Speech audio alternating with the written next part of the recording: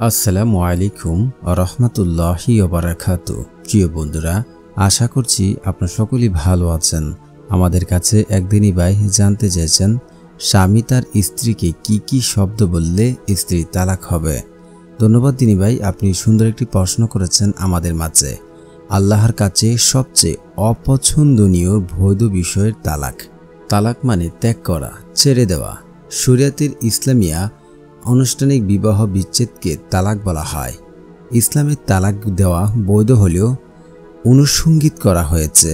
যৌক্তিক কারণে তালাক দেওয়া হলে এর কিছু নিয়ম কারণ আছে।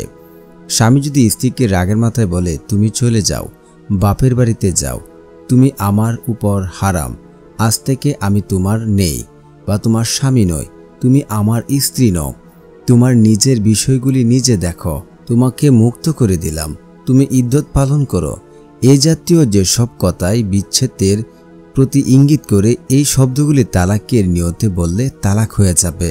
আর সরাসরি তালাক শব্দ নিয়চ্চারও যদি বলে তালাক হয়ে যাবে। তুমি আজাদ, তুমি মুক্ত, তুমি স্বাধীন ইত্যাদি শব্দ তালাক সংক্রান্ত কেনায়া বা ইঙ্গিতগত বা শব্দ।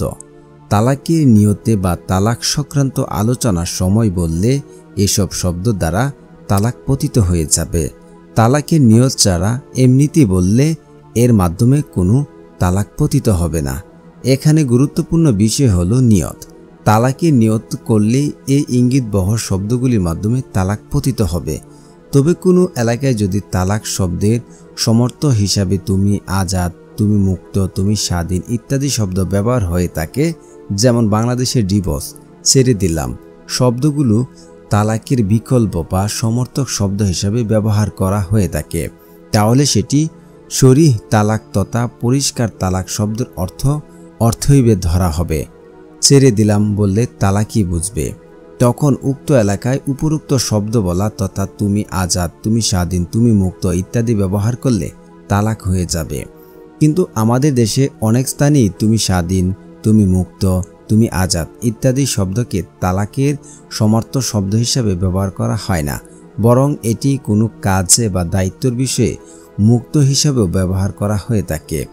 এটি বলার দ্বারাই তালাক হয়ে যাবে বলার সুযোগ নেই। তালাক একটি স্পর্শকাতর বিষয়। রাগের মাথায় হোক বা রাগ ছাড়াই, দুষ্টমির চলে হোক বা এসব শব্দ ব্যবহার করাই উচিত নয়। তালাক মৃত্যুর মতন ভয়ঙ্কর বিষয়। মৃত্যুর হয়ে গেলে যেমন ফেরানোর কোনো সুযোগ নেই, ঠিক তালাক দিয়ে দিলে এটাকে দামাচাপা দেওয়ারও কোনো সুযোগ নেই।